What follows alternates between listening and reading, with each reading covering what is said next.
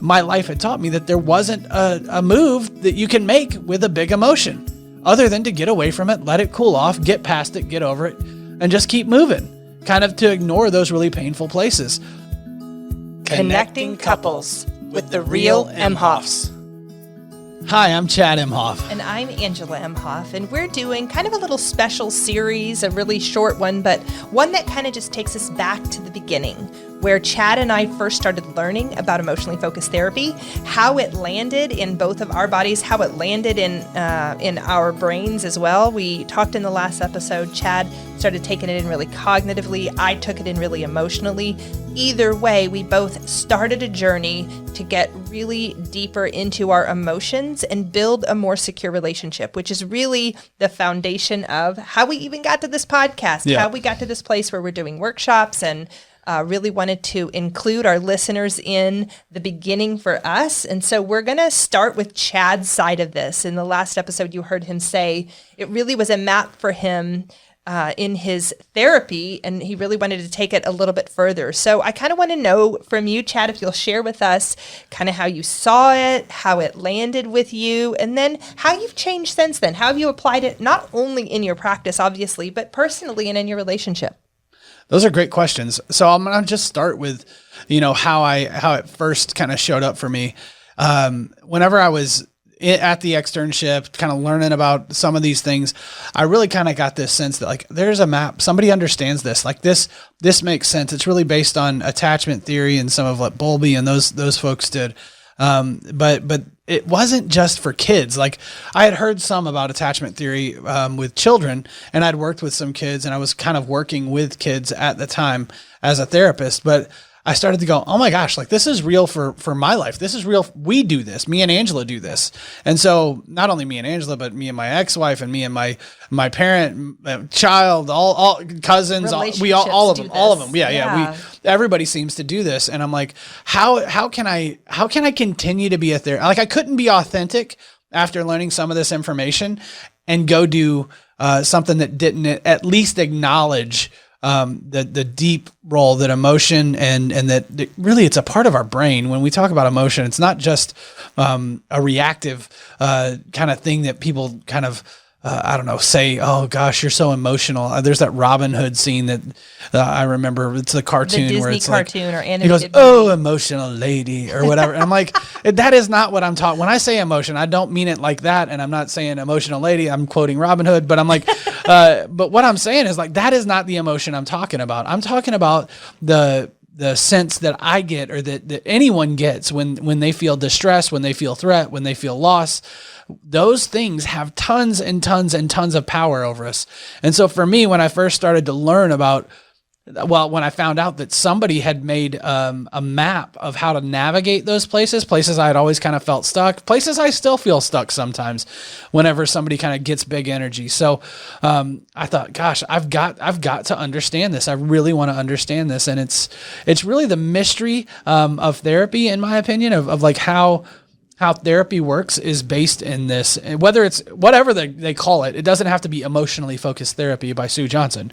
It could be any therapy. The way that humans work is somebody sees us, understands us, helps us organize us, our world, our inner workings, and then we can kind of do something different with it and slow it down. So that was kind of like my hook. That was the thing that kind of said, hey, this makes sense. This isn't a confusing, lost place, right? And so I don't want to go into all the theories of therapy, but they all kind of have little bits of them in EFT, and so they all have these theories of change. And as I started to look at why EFT, I was like, man, this theory aligns with what I believe about humans, not just from a cognitive understanding place, but like from a faith standpoint also. It really like made sense of why grace and love and response, why we would even be made in a way that gives us so much free will and choice, right? It's like this huge picture of like how humans work. why the New Testament is so important and why grace is so important and why the Old Testament was also important and why it was such a good demonstration of what needed to come and even a foreshadowing of Christ and all the need there. I think our relationships mirror a lot of that and really show us the need for grace and love and acceptance, even in our, and really mostly in our worst places and our hardest places. So it really made a lot of sense to me on those levels. I think you want to ask me a question. Well, I see you leaning in. Sorry. I want to make a distinction. I want you to clarify a distinction because you made a point to say, even quoting the Robin Hood movie, like, oh, emotional lady, like there was possibly a thing you had understood about emotion growing up and how somehow when you learned this, it felt like the right way, different than what you had learned. So can you kind of explain the shift of moving from what you might have been told about emotion or what you understood about emotion versus what you were starting to feel or see was different? Does that make sense? I think it does. So it's a very cognitive thing that I'm about to tell you. So there was a felt sense of, oh, that makes sense, right? Like if I like, oh, okay, that felt better. That felt good, or it seems to feel good. But for me, it was this like emotion had only really gotten in the way. Like if a parent or a friend or a girlfriend or whoever was crying, it had always meant like I had done something bad or something bad had happened. So my goal kind of had been, and my whole life had taught me to avoid emotion, like avoid big emotion anyway, avoid painful places. Because there isn't much we can do with them. There isn't really a solution for that. And really there's not. And again, I don't believe this now, but like my life had taught me that there wasn't a move that you can make with a big emotion other than to get away from it, let it cool off, get past it, get over it, and just keep moving, kind of to ignore those really painful places.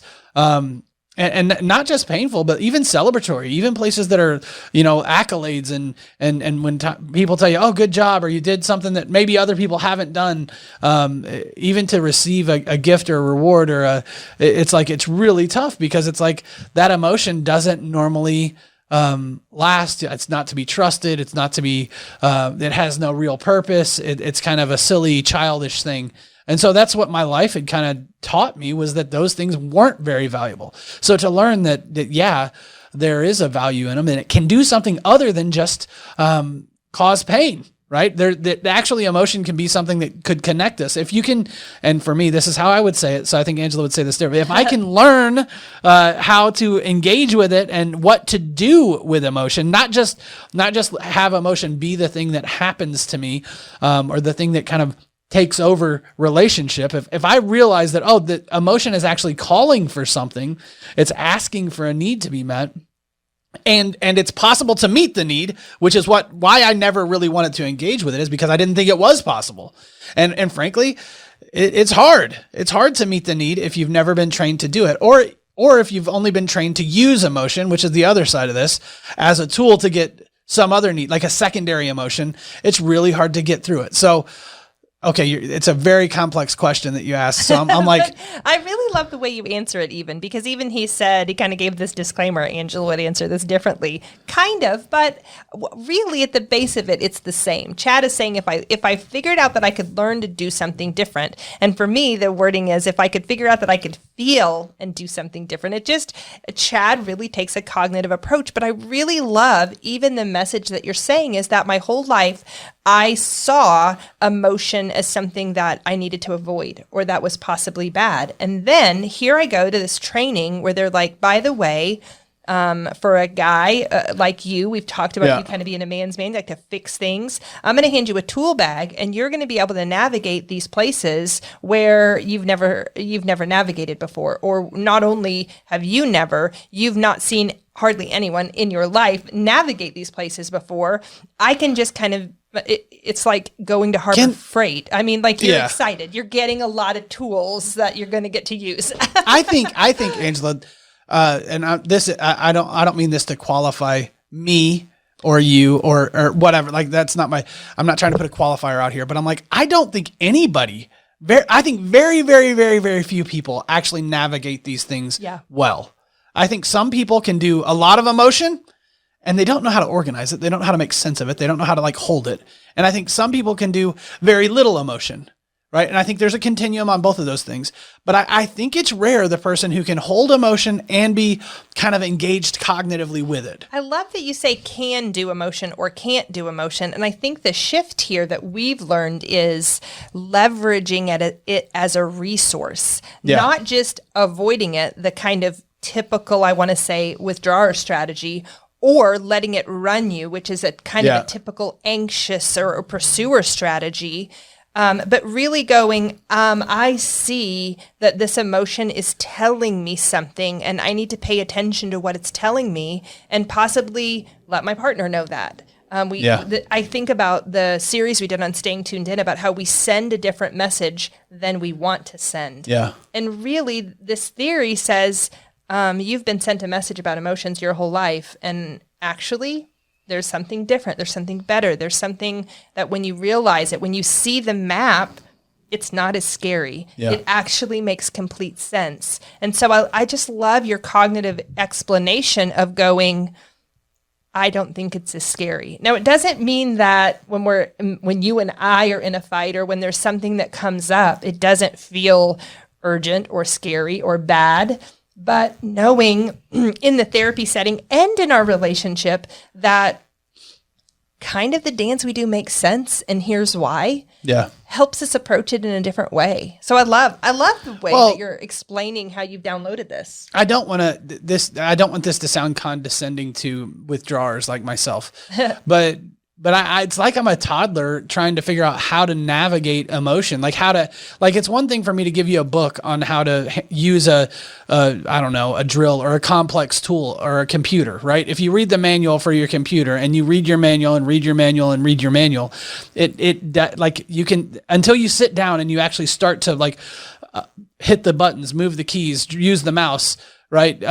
Some of these things you can't really pick up until you do it. Unless we had a really clear guide. And we didn't. In our emotional journey. Yeah. None of us did. We all have kind of an arrested development in this area. I mean, we are definitely, your doctor tracks from Avery, who our little 4-year-old, from her birth, they've tracked her height, her physical growth. Is she, what do they call it? Like within the certain percentile of growing. If you're in a faith community, you kind of get brought on the spiritual journey. There are these. I want to say, man, all of that is cognitive for the most part. But there are these other things that people track. And really, from our upbringing, no one ever said, hey, by the way, you do have an emotional identity too, and we want to help develop it. And so we get to being an adult. So many of our listeners, very similar to us, learned in their 20s, 30s, 40s, oh, you mean emotion is something that I need to be mature in? Yeah. And mature doesn't mean locked down or controlled. Mature means aware of the impact, aware of the necessity of them. Well, mature, I think, if you think about what it is to be wise, and I mean, I'm not trying to go off on this tangent, but as a withdrawer, I want to know. And I think pursuers want to know this too. Mm-hmm. So I'm not saying you don't, but I'm as a withdrawer, I want to know how things work. Like I want to go and have an answer. I want it until I have something figured out. I don't want to mess with it. The problem is I go into my head and then I end up not engaging with what is my emotion. And so to be wise, to be smart, to be kind of, what do we call that? What'd you call it? Developed or developmentally? To be more mature. More mature, I really have to be able to go in and fail. The problem is so many withdrawers have learned that failure is not an option. We're not allowed to get it wrong. And so even if, and me and Angela were talking about this last night, even if I say, I'm going to try to go experiment with this emotion, right? I'm going to try to go share something with my wife.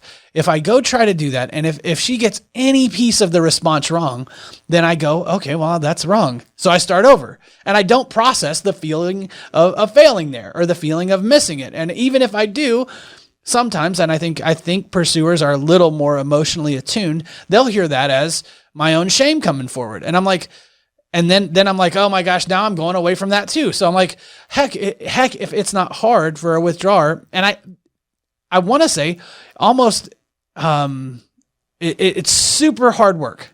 It's super hard work for a withdrawer to come forward with what they feel and get responded to, because almost no response is a good response, because withdrawers have been taught to show that, to have your emotion noticed is bad. Right? So I've been taught to have a feeling and have it noticed for the most part is bad. If and I even am in a good place and say, hey, Chad, I noticed something's happening for you, me drawing attention to it implies he's doing something wrong. And so there's this tricky dance, even with a couple who wants to be acutely aware of these dances or these cycles and who wants to make a safe space for their partner to dig into these emotions, like what Chad is saying. Yeah. It's a really tricky interaction. Even if he's fully engaged and wants to talk about it, let's say I don't understand something. I want to jump in with you. Or I ask for clarity. Yeah. Even those questions just land in a bad place, and then here we go. It can kind of flare up that cycle. Well, and I want to say that, so what a withdrawer does that is so nasty in relationship is hide the most intimate part of themselves. They hide. And so it's like, Angela, you don't get to see the deepest parts of me, because if I show them, I'm pretty sure you're not going to like them. I'm pretty sure you won't want to see them. Well, then we don't have much of a bond. And you really, Angela, you really do get left. You get abandoned in that way. But I think it's also dangerous for you, because let's say you show them to me, there is based on our experience and our cycle and what a pursuer tends to do, there is a chance that I'm going to coach you in those or imply that there's not even a chance. Solution. You will a lot of times. It's not chance. It's not chance. You did it yesterday, probably. I don't know. Who knows?